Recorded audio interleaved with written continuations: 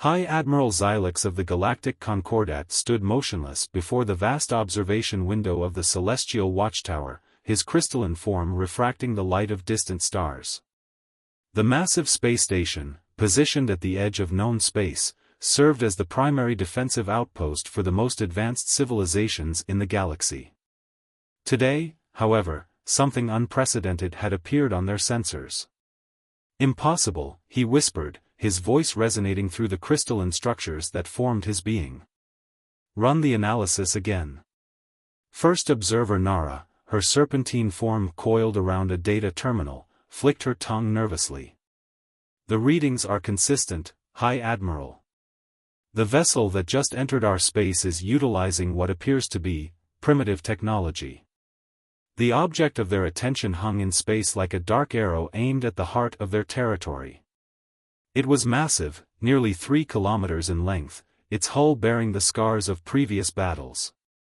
But what truly confounded the alien observers was its construction: titanium alloys, nuclear fusion drives, and projectile weapons, technology that the Concordat had abandoned millennia ago.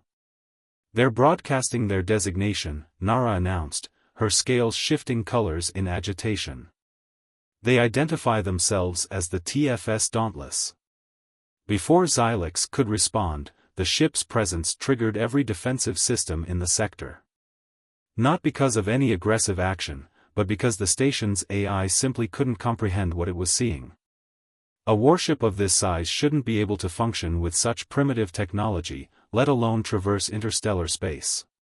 "They're requesting communication," second observer Krell reported, his mechanical appendages whirring as he processed the incoming signals. "Using basic electromagnetic waves, of all things." Xylix straightened his crystalline form, the equivalent of squaring one's shoulders. "Accept the transmission." The holographic display materialized before them, revealing a human figure.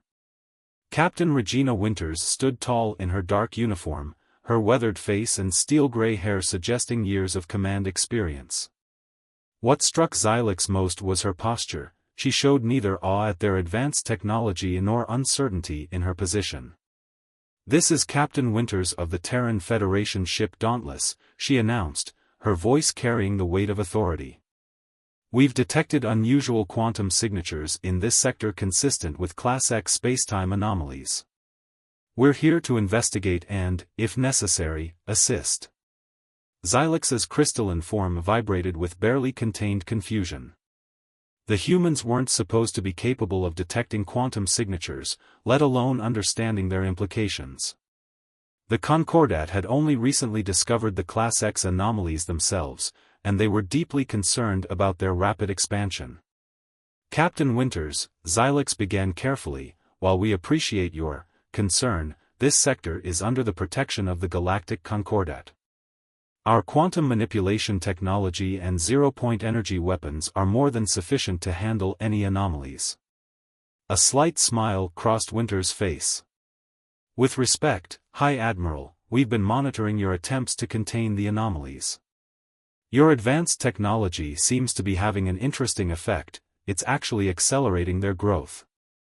The observation deck fell silent. The Concordat had indeed noticed their interventions were somehow making the situation worse, but they hadn't shared this information with anyone outside their coalition. "That's classified information," first observer Nara hissed. "How could you possibly dash?" "Because sometimes the simplest solutions are the most effective," Winters interrupted. "Your quantum technologies interact with the anomalies in complex ways. We've found that good old-fashioned graviton bombs and modified fusion warheads can actually stabilize them." As if to emphasize her point, the Dauntless weapon systems powered up, not aggressively, but in a demonstration. The Concordat sensors registered dozens of what appeared to be crude missiles and projectile weapons, but arranged in configurations their tactical computers couldn't predict. "Impossible," Krell muttered. "Their targeting systems are analog. Their weapons are unguided. They can't possibly dash."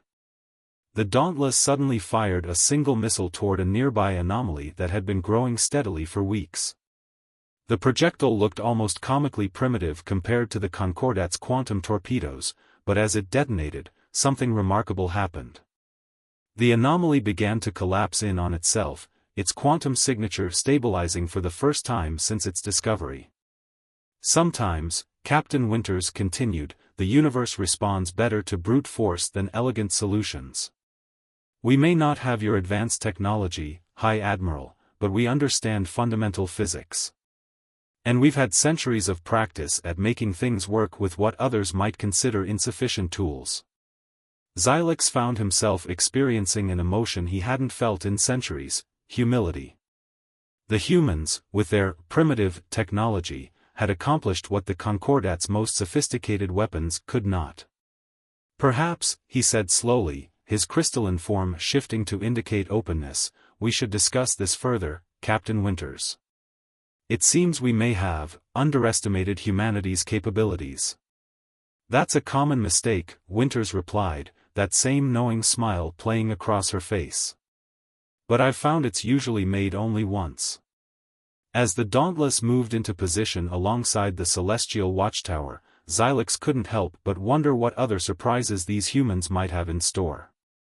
They had achieved with primitive technology what the Concordat couldn't with all their advancement, a humbling reminder that progress doesn't always follow a straight line, and that sometimes the old ways were the best ways.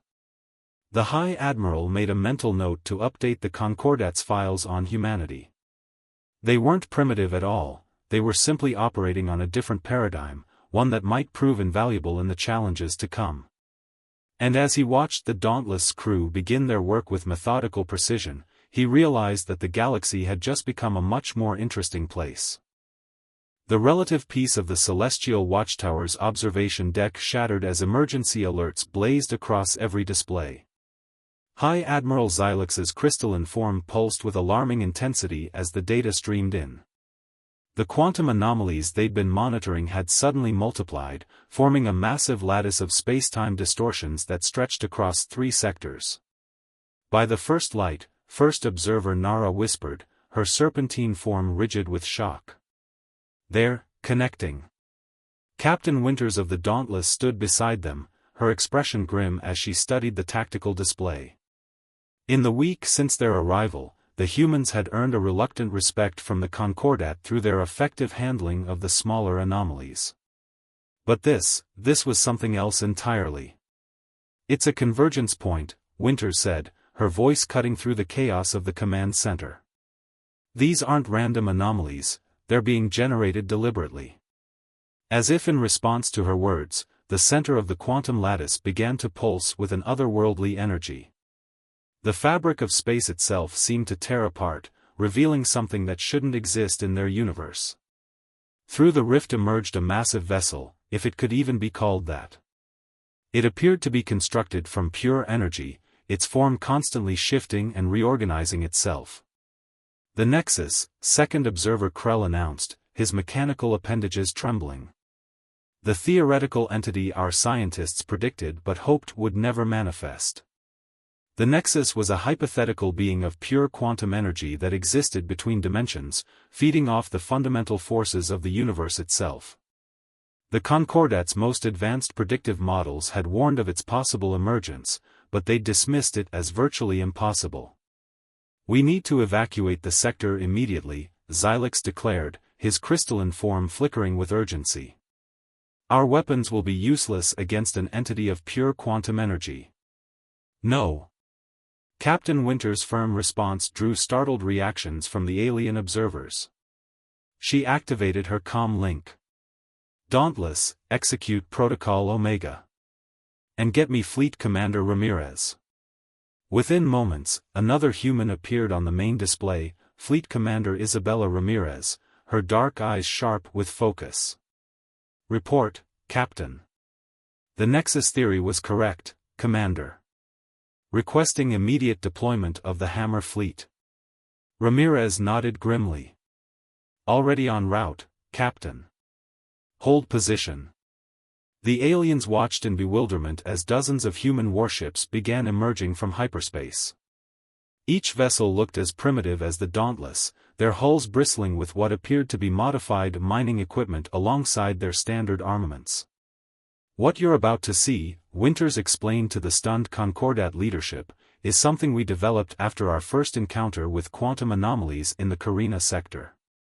We call it the Newton Protocol." The human fleet moved with precision that belied their seemingly crude technology. They arranged themselves in a complex geometric pattern around the Nexus entity, which had begun consuming nearby matter and energy at an alarming rate.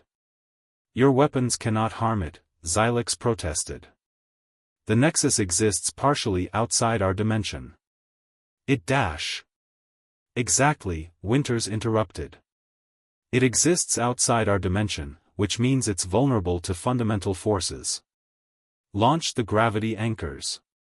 Each human ship simultaneously deployed what looked like massive harpoons trailing thick cables. The devices activated, generating overlapping gravitational fields that began to affect the very fabric of spacetime around the Nexus. Newton's laws of motion apply even to extradimensional entities, Winters explained as the Nexus began to writhe within the gravitational net. "If it exists enough in our universe to affect us, it exists enough to be affected by basic physics." The human fleet began to coordinate their gravity generators in a complex dance, creating a symphony of gravitational forces that even the Concordat's advanced sensors struggled to map. The Nexus entity, for all its impossible power, found itself trapped in a web of the most fundamental force in the universe. "Now," Winters commanded, "initiate the collapse sequence." The human ships began launching what appeared to be simple fusion warheads, but modified in ways that made the Concordat scientists stare in disbelief. The weapons detonated in a perfectly synchronized pattern, creating a cascade of nuclear forces that interacted with the gravitational web. "Impossible," Nara breathed, watching as the Nexus entity began to compress under the combined forces. "They're using primitive nuclear fusion to manipulate quantum states?" "Sometimes," Winters replied, echoing her words from their first meeting, "the old ways are the best ways.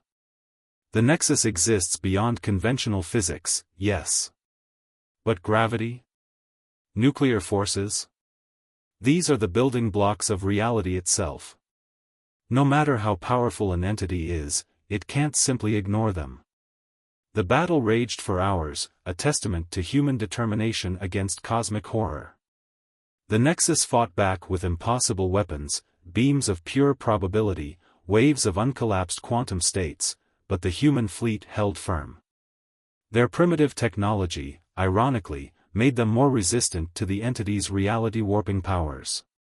Finally, with a flash that temporarily blinded every sensor in the sector, the Nexus collapsed in on itself, forced back into its own dimension by the inexorable laws of physics. As the human fleet regrouped, their ships bearing the scars of their impossible victory, High Admiral Xylix found himself re-evaluating everything he thought he knew about technological progress. The Concordat had spent millennia advancing beyond simple physical forces, only to find themselves helpless against a threat that could only be defeated by returning to the basics. "Captain Winters," he said, his crystalline form resonating with newfound respect, "I believe the Concordat would be very interested in learning more about these old ways of yours." "Of course," Winters replied with a tired smile. "But first, we should prepare. The Nexus wasn't acting randomly, something drew it here. And I have a feeling this was just the beginning." The celestial watchtower's systems continued to monitor the surrounding space, but now with a new appreciation for both the power of primitive forces and the ingenuity of the species that had mastered them. The humans had proved that true advancement wasn't always about moving forward, sometimes it was about remembering where you came from. The war room aboard the celestial watchtower hummed with tension as holographic displays showed more rifts tearing open across 3 different sectors. Fleet Commander Ramirez stood at the central tactical table, her weathered features illuminated by the ethereal glow of the quantum maps. Around her, representatives from the Concordat's most advanced civilizations watched with a mixture of fear and fascination. "Our long-range scouts have confirmed it," Ramirez announced, manipulating the holographic display with practiced ease. The Nexus wasn't an isolated entity. It was a scout, testing our defenses. Now the main force is coming. High Admiral Xylex's crystalline form pulsed with concern as he studied the tactical readouts. Our quantum sensors detect at least 30-dimensional rifts forming. Each one potentially containing a Nexus-class entity. 37, to be exact, Captain Winters corrected, entering the war room with a data tablet in hand. And they're not random. Look at the pattern they're forming. The holographic display shifted, showing the positions of the rifts. When connected, they formed an elaborate geometric pattern that seemed to pulse with otherworldly energy. First observer Nara's serpentine form coiled tighter with anxiety. It's a quantum resonance lattice. They're trying to merge our dimension with theirs. Which is exactly why your advanced technology won't work, Winters explained, bringing up data from the Dauntless' simpler but effective sensors. Your quantum-based weapons and defenses will only strengthen their foothold in our reality. But we've been preparing for something like this since we first discovered dimensional anomalies in our own space. Commander Ramirez nodded, activating another display. Operation Bedrock. Captain, show them. The holographic display transformed, showing hundreds of human vessels, each seemingly more primitive than the last. But there was something about their formation that caught second observer Krell's attention. The ships, he said, mechanical appendages whirring as he analyzed the pattern. They're arranged in a mathematical sequence I've never seen before. Sacred geometry, Winters explained with a hint of pride. Ancient human civilizations understood certain mathematical principles that govern the fundamental structure of spacetime. We've adapted these principles for modern warfare. The display zoomed in on one of the human vessels, the HMS Archimedes. Unlike the sleek, energy-based ships of the Concordat, it was bristling with what appeared to be giant tuning forks and geometric arrays. Resonance weapons, Ramirez continued. Based on the same principles as striking a crystal glass at its natural frequency. Everything in the universe has a fundamental resonance, even extradimensional entities. But that's... Xylex paused, his crystalline form flickering with realization. That's brilliant in its simplicity. You're not trying to overpower them with advanced technology. We're using their own nature against them, Winters confirmed. Each ship is equipped with resonance generators tuned to specific fundamental frequencies. When activated in the right sequence. She didn't need to finish the sentence. The implications were clear. The humans had found a way to fight beings of pure quantum energy using principles so basic they predated space flight. There's more, Ramirez added, bringing up another tactical display. We've modified our mining platforms into what we call reality anchors. They generate overlapping fields of purely conventional forces, gravity, electromagnetism, strong and weak nuclear forces. No quantum manipulation, no dimensional technology. Just the basic building blocks of the universe. The alien observers watched in amazement as the humans began deploying their fleet.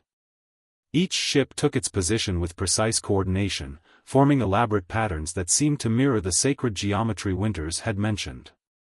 This is how humanity has survived all these years, Winters explained, her voice carrying the weight of history. We never had the luxury of advanced quantum technology or dimensional manipulation. We had to understand the fundamental forces of the universe and make them work for us. And now, ironically, that's our greatest strength. A sudden alert drew everyone's attention. The dimensional rifts were beginning to pulse with increased energy. The invasion was about to begin. All ships, battle positions, Ramirez commanded, her voice calm but authoritative. Initiate reality anchor deployment. Resonance generators to standby.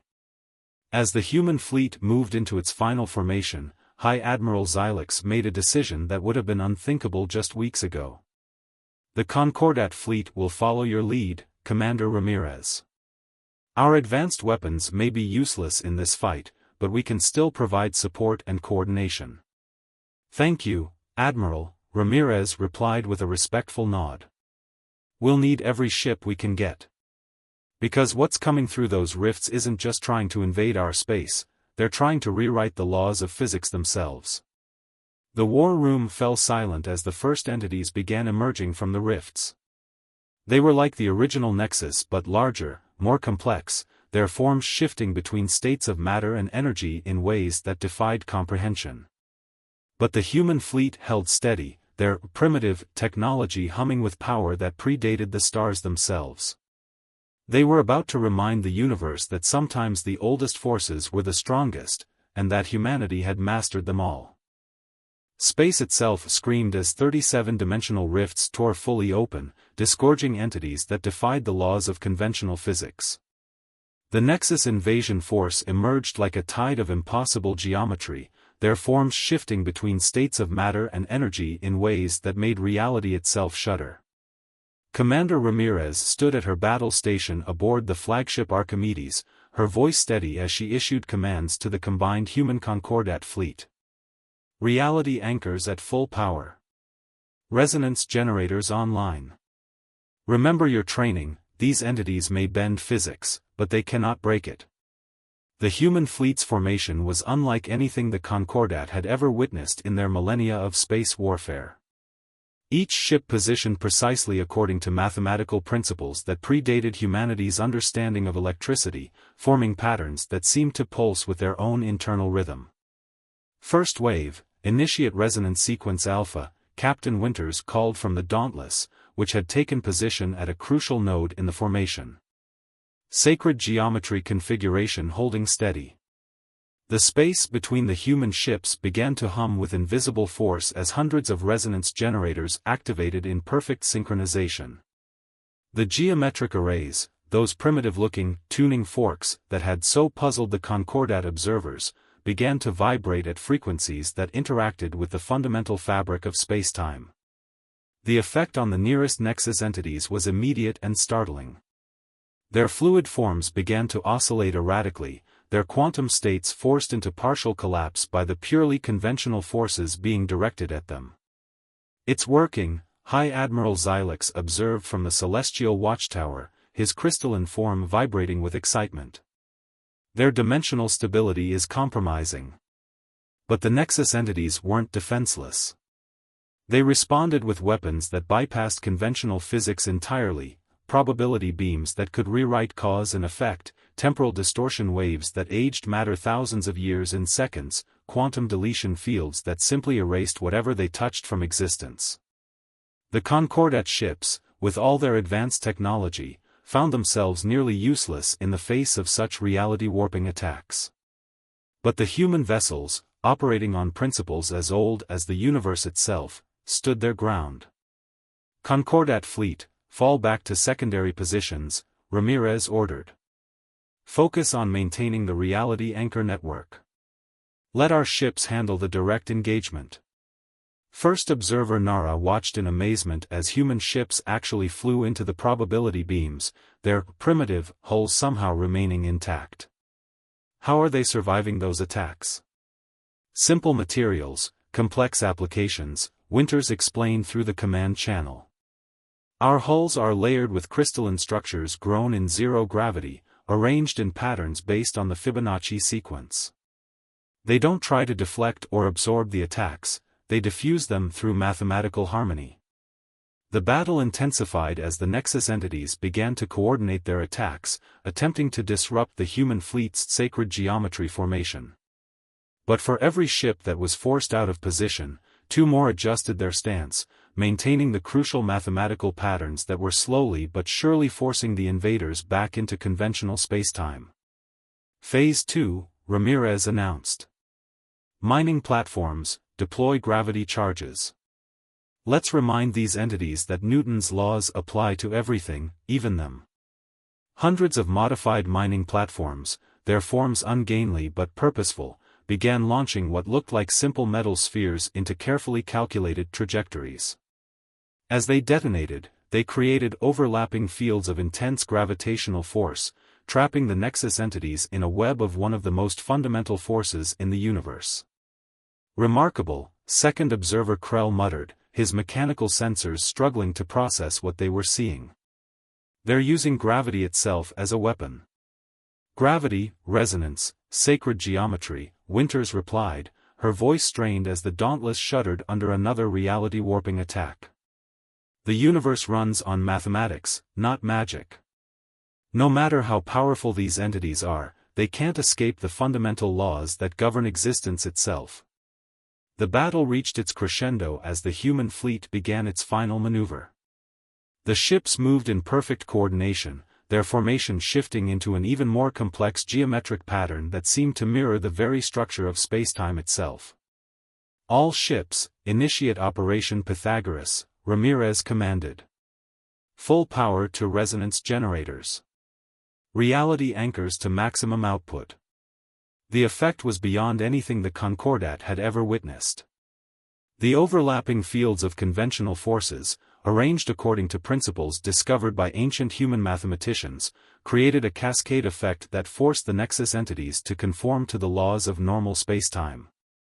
One by one, the dimensional invaders found themselves trapped in a reality that suddenly refused to bend to their will. Their fluid forms solidified, their quantum states collapsed, and their connection to their home dimension began to sever. "Now!" Winters shouted. "All ships, conventional weapons, fire." The void erupted with the light of countless fusion warheads, rail-gun projectiles, and kinetic kill vehicles, weapons that would have been laughably primitive against any conventional foe. But against entities forced into normal spacetime, stripped of their reality-warping powers by fundamental forces, they proved devastatingly effective.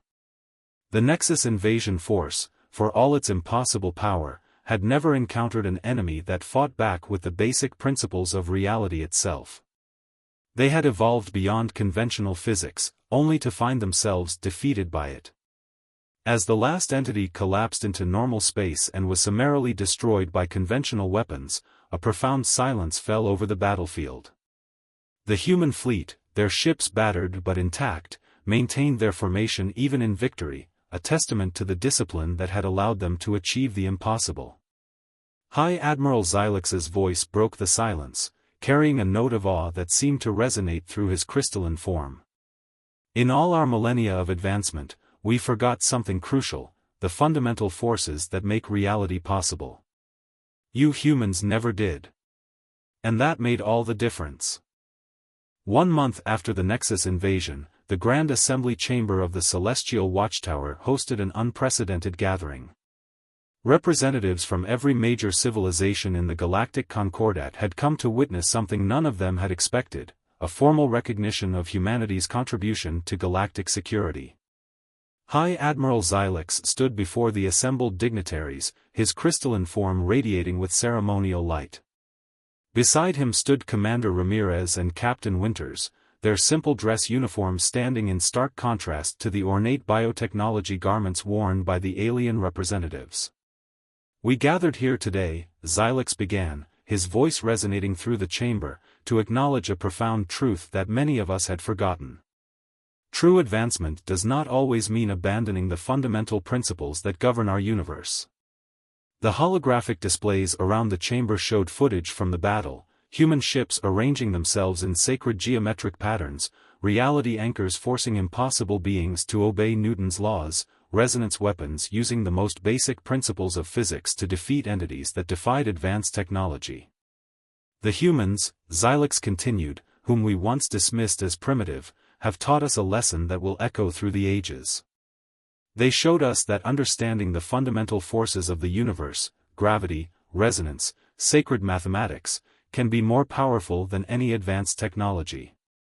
First Observer Nara slithered forward, her scales shimmering with newly gained wisdom. "Our civilization spent millennia trying to transcend the basic laws of physics. We built quantum computers, developed dimensional tech, and created weapons that could rewrite reality. Yet when faced with entities that operated beyond conventional physics, it was humanity's grasp of those very fundamentals that saved us all." Commander Ramirez stepped forward, her bearing proud but humble. "We never had the luxury of skipping steps in our development," she explained. "Every piece of technology we built, every weapon we designed, had to work with the fundamental forces of the universe, not against them. What you saw as primitive, we saw as foundational. The assembly chamber erupted in discussion as the implications became clear. Civilizations that had long since abandoned primitive technology were now reassessing their approach to development and defense.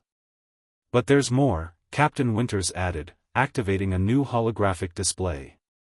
The dimensional rifts left behind by the Nexus entities have given us new insight into the structure of spacetime itself. We've been analyzing them using our resonance technology, and what we found suggests this may not be over. The display showed patterns of quantum disturbance spreading through multiple sectors of space. They were subtle, almost undetectable to advanced sensors, but the human fleet's primitive detection methods had spotted them immediately. The Nexus entities were scouts and warriors, Winters explained.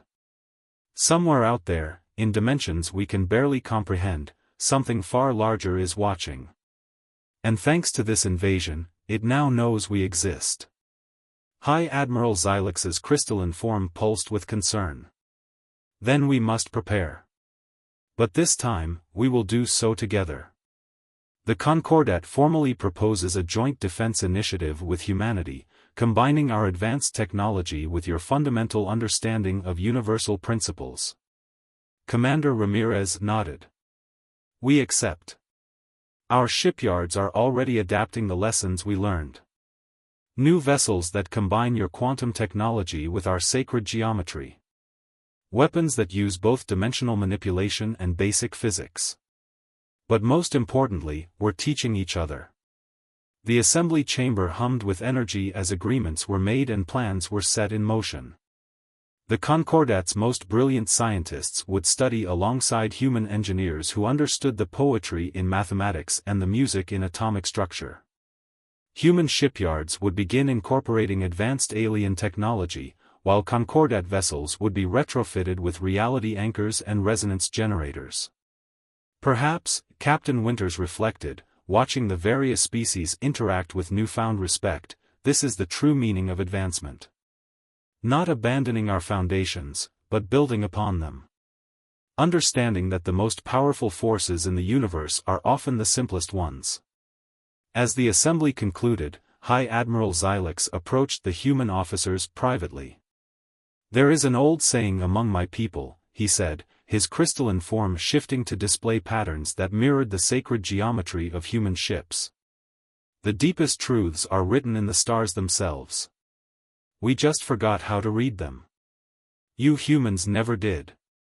The celestial watchtower's vast windows showed a new fleet taking shape in the distance, Concordat ships and human vessels practicing joint maneuvers, their formations combining advanced technology with fundamental principles. It was a sight that would have seemed impossible just months ago, but now represented the future of galactic defense. For in the end, the greatest revelation wasn't just that humanity's primitive technology could match advanced alien weapons. It was that the path forward lay not in transcending the fundamental forces of the universe, but in truly understanding them. And in that understanding, humanity had proven itself not just equal to the most advanced civilizations, but in many ways, their teacher.